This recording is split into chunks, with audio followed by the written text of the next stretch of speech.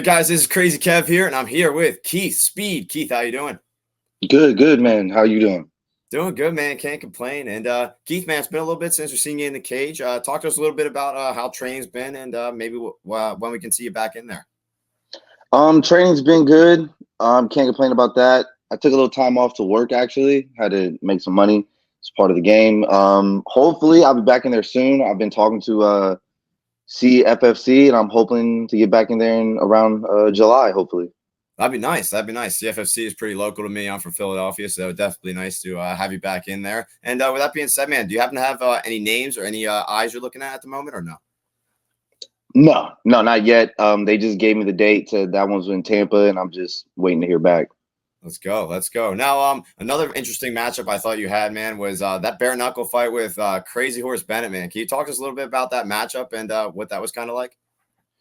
That I'll be honest, bro. Out of any MMA fight, that was a little different because I really didn't feel like I was like more in a street fight after you take the gloves off. Like Yeah. it gets a little bit more real when it's bare knuckle. And Crazy Horse he's a legend in the game, and you never know what you're going to expect from him. And I mean that you don't know what you're going to expect from weigh-ins to the day of the fight. Like you have no idea what he's going to do, how he's going to act, how he's like, no idea. So you can't really prepare per se for somebody like that. You just kind of have to be, you gotta be ready for a wild ride dealing with Crazy Horse. But no, it was a fun experience. The guys over at Game Pred took great care of us. It's something I would definitely want to do again too. Yeah, no, that definitely sounds awesome, man. And when it comes to dealing with a guy like Crazy Horse, I mean, obviously, he does all kinds of mental warfare and that kind of stuff. Does that stuff kind of get in your head at all? I mean, how do you kind of deal with that? No, I'm not. I don't get involved in the mental side. I played basketball all the way through college, and just to be frank, shit talking was a big part of it. So I've been shit talking since I was a kid at Parks, all the way through shit talking all the way through college. So like that mental stuff doesn't play any factor with me at all. Like I'm actually with the shits. I love that. Nice. No, it's absolutely awesome, man. Now, like you mentioned, it was a little bit more like a street fight. I mean, how were you able to train in the gym? I mean, what was maybe different, bare knuckle versus MMA? You definitely, sparring wise, you're always in the little gloves.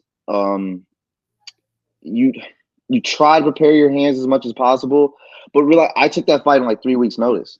I didn't have that much time to prepare, so it was like, we're gonna do this, and I think you just have to prepare yourself that like most likely you're gonna break your hand, which luckily I was fortunate enough I did not. You might get some stitches because it's easier to get cut. I think it's more you have to prepare yourself for the physical side of it.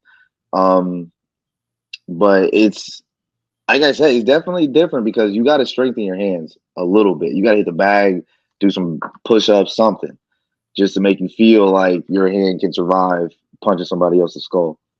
Now, another thing too, I think is kind of interesting. So, like when you're like punching, especially like bare knuckle, is there maybe like certain like punches or maybe spots on like the body or the face, or maybe you shouldn't go as hard to kind of keep your hands safe to protect them in those later rounds, or are you still going full tilt no matter where you're hitting? No, I definitely feel like in bare knuckle, it's more about the speed than it is the power of the punch. Quick, fast, sharp punches I think are the best effective. I also believe you have to watch where you're throwing. Like anywhere up here with your hand, side of the head, I think your hand's gone. Gone as soon as you hit up there. I think you need the nose or right on the chin. People blocking, you got to watch out for that. You hit an elbow at the wrong spot, your hand's gone. So definitely precision, I think, is a way bigger factor in bare knuckle. Yeah, no, that's definitely an interesting point about the elbows. I didn't even think about that. And man, getting back into CFFC, man, who's maybe some of your best training partners that you like to go with in the gym? Oh man, you have so many of them. There's Nate, Nasty Nate. There's Danny Sabatellos. There's some big names out there I could throw to, like Edson's and stuff like that. I've been at the gym so long that I'm kind of cool with everyone. So like I have some pretty favorite rounds in there. Some That's like awesome. hell rounds. There's one round that I save. It's my fifth. My fifth round is a special date for somebody that we always go together at the fifth round because we're dead tired and we're going to push it. That's my boy Danny. And he's 4-0, 5-0. About to compete again.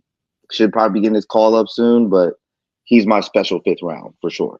All right. Now, when it comes to the gym, man, when you were like first in there learning some different techniques, what do you think was maybe the hardest technique to kind of master when you were in the gym? Wrestling. Wrestling? Wrestling for sure. Wrestling for sure. There's so many, and it's hard to pick it up when you're going with high level guys. When you're going with guys more like your speed, it's a little bit easier. But when you're going with the best in the world every single day, it's a little bit trickier to pick it up because they're going at a faster pace. They're learning at a faster pace. So you got to focus on what you're doing and really like concentrate. But I would definitely say wrestling was definitely the hardest thing to probably pick up. Now, when you're learning wrestling, what is maybe like the first technique that they kind of teach you, like for the basics? Blast double and down and sprawling. Blast double, sprawls, and blast double. Too easy, the basics right there. You can't figure those twos out, you're not gonna be able to wrestle. Like, let's just call it what it is. Yeah, yeah. No, I hear you. I hear you. Now I'm looking at your arm here. You got a pretty sick tattoo, man. Do you happen to have any other ink? And how talk to us a little bit more about how you got that. This one, I guess the one you can't see.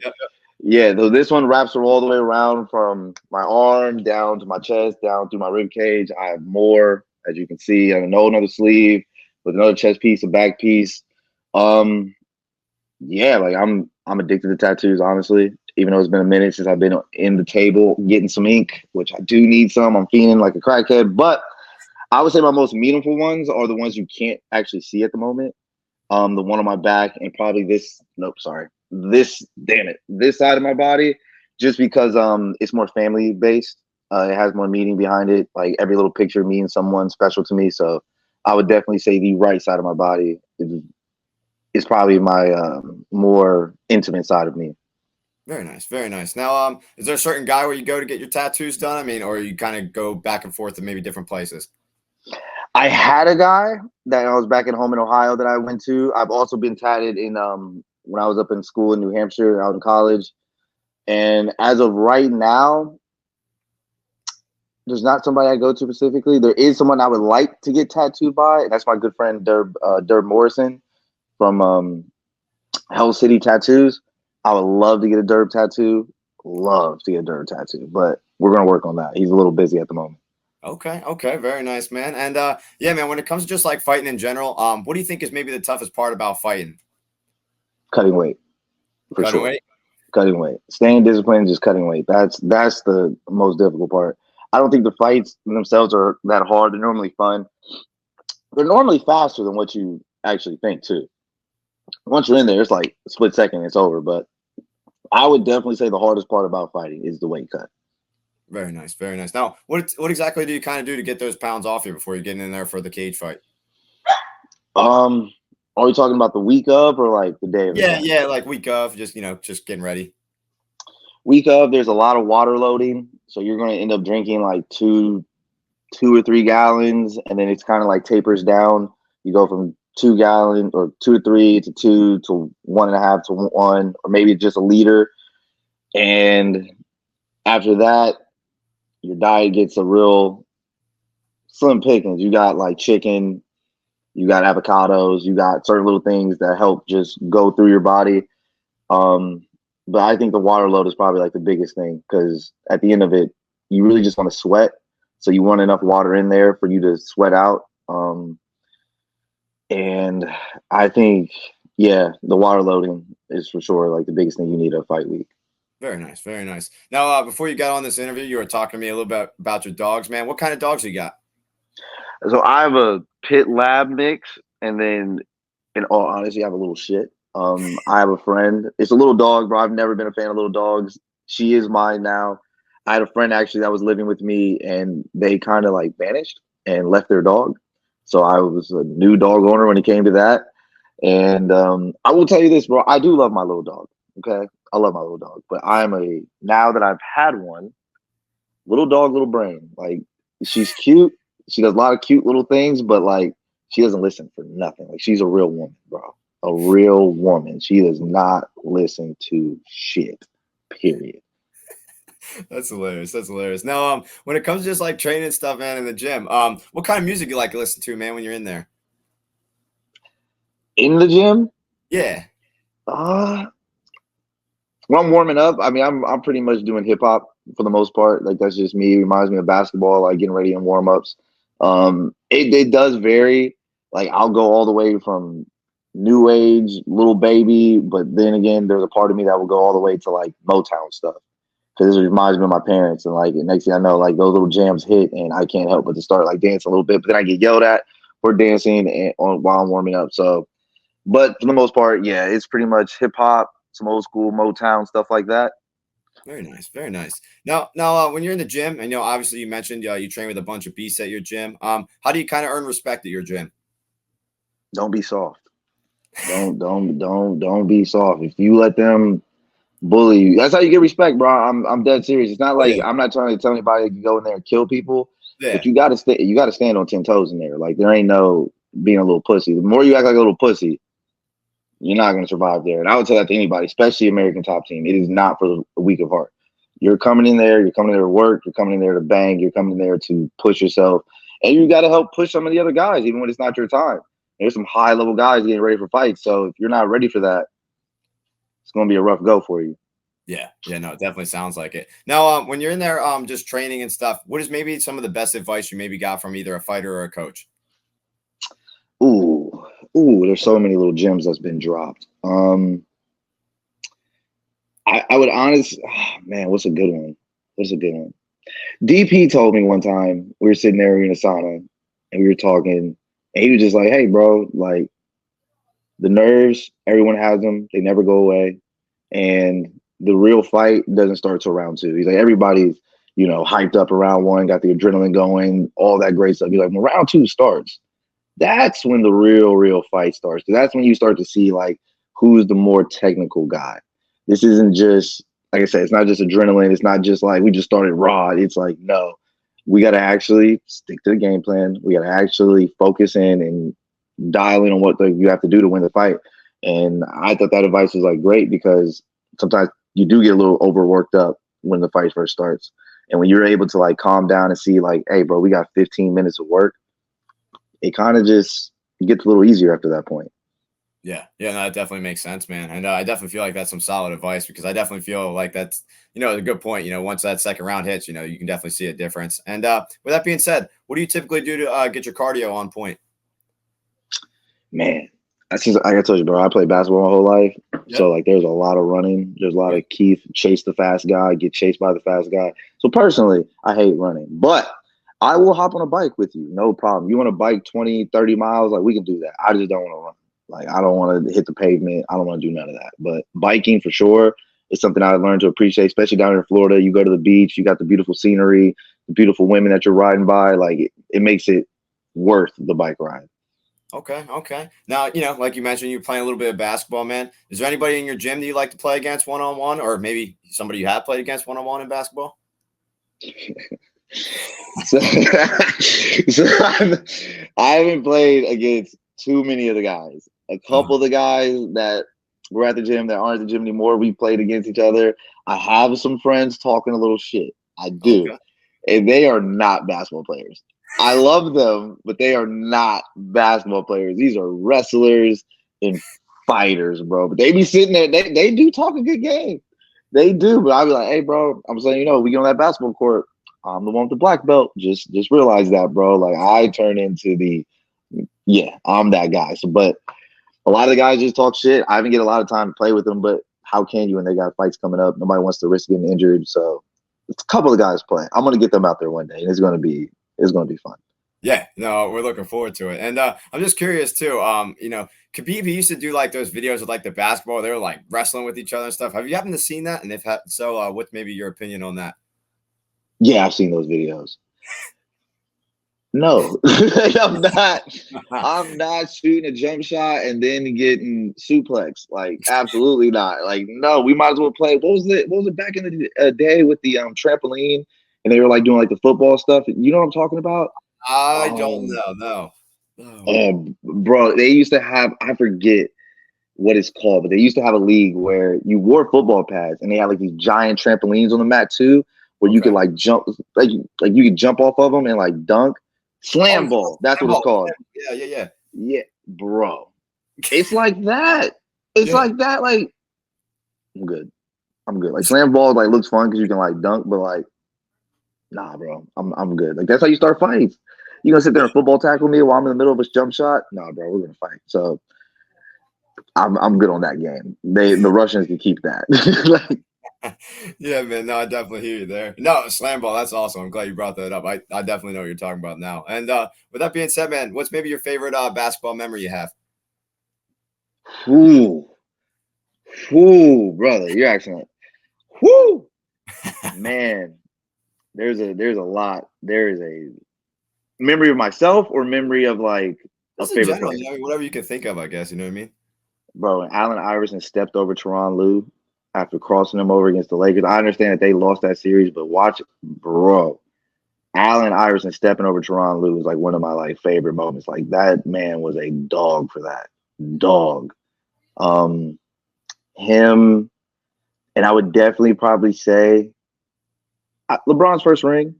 LeBron's first ring was a big one, being from Ohio, and dealing with all like the LeBron and Ohio haters. So definitely him winning his first ring was probably a big moment too.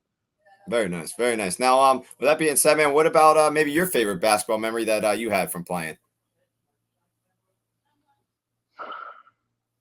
I'm not gonna say this is my all-time favorite, but it's my easiest to like tell a story. There was a time I was in sixth, yeah, bro. I was like in sixth grade, and no, I'm sorry, not sixth grade. I was in eighth grade, and me and a teacher had a little bit of beef. But the teacher came in to give like a pregame speech because the coach had asked him to.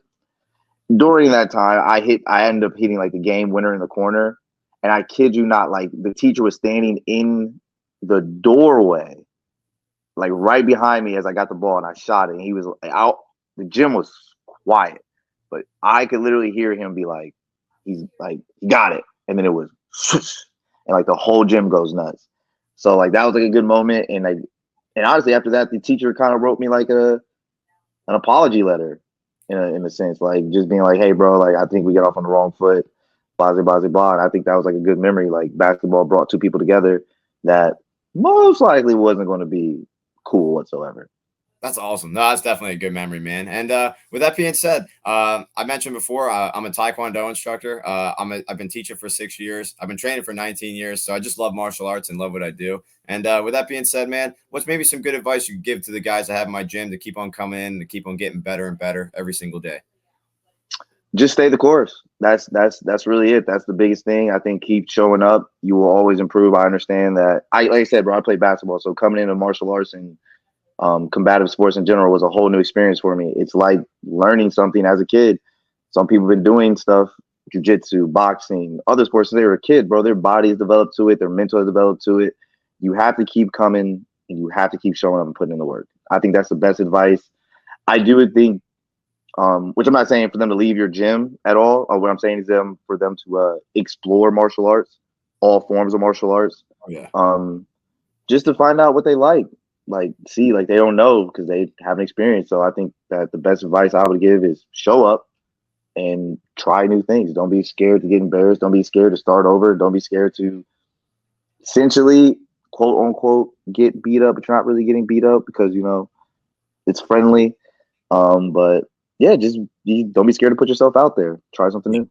Yeah, no, I definitely agree, man. And yeah, like I mentioned too with Taekwondo, obviously I had to do a little bit of wrestling myself, and yeah, that was a major game changer. You know what I mean? I'm throwing those kicks, the kick gets caught, now I'm a fish out of water on the ground. So yeah, you definitely got to kind of mix up your game a little bit because, like I said, if you're just only good at one aspect, you're not going to last in MMA or just in general. So I definitely agree with you there. You definitely have to mix it up. You don't want to just be steady on one martial art. And Yeah, Keith, it helps with the self defense thing too. Like if oh you're yeah, ever in the streets, oh yeah, like if what you're doing doesn't work, and they like you said, bro, you don't know this dude's a high school wrestler or anything like that, and you go throw a kick, and he randomly takes you down. Next thing you know, you're gonna look at your coach like, oh man, this shit doesn't work. It's like, no, like it does work. You use the wrong thing at the wrong time. Maybe we should talk about that, and then maybe we should talk about how to deal if somebody takes you down. And that's yeah. the kind of like the cool thing about MMA. You get to Oh, yeah. learn a little bit of everything. Yeah, and 100%. And getting back with like the street fights, even too. I mean, almost every street fight goes to the ground nowadays. So you definitely need to have a little bit of, background on the ground because, like you said, if it goes to the ground and you don't know much on the ground, yeah, you're gonna be screwed. That's for sure. It'll be screwed. Yeah, man. Keith, it's been awesome talking to you, man. Thanks so much for coming on. And with that being said, what's maybe a last message out there for the fans watching this video? um, keep your head down, keep focused. Don't worry about the critics. Don't worry about what your friends say. Don't worry about what your family says. do what's best for you, and stay focused on your goals. That'll be my best advice. Period. Point blank. I love it. I love it. Keith, man, it's been awesome talking to you. Thank you so much for coming on. And we're looking forward to what's next, man. And thank you again. Thank you for having me, bro. I really appreciate it. Yeah, man. No worries at all. All right. We'll be in touch. Hopefully, we can do another one in the future. All right. My man. All right. Take care. Enjoy your day, man. Yep. You too.